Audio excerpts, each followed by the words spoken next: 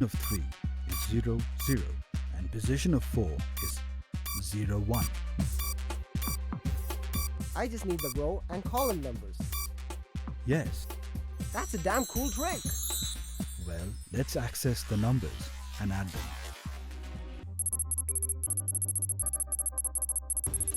With this, we access the first number. From the first list. Ugh. Sorry, my bad.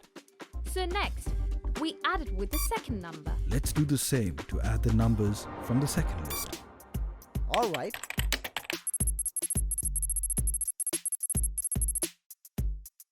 You got it. Now we divide the sum 1 with sum 2. Done.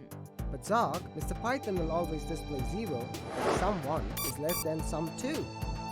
The puzzle gives the numbers in a way that sum 1 is always greater than sum 2. Okay, Next, we combine both the lists into one. how do we do that? I'm tired of reminding you everything. One last time. We access both the lists and just add them. Got it.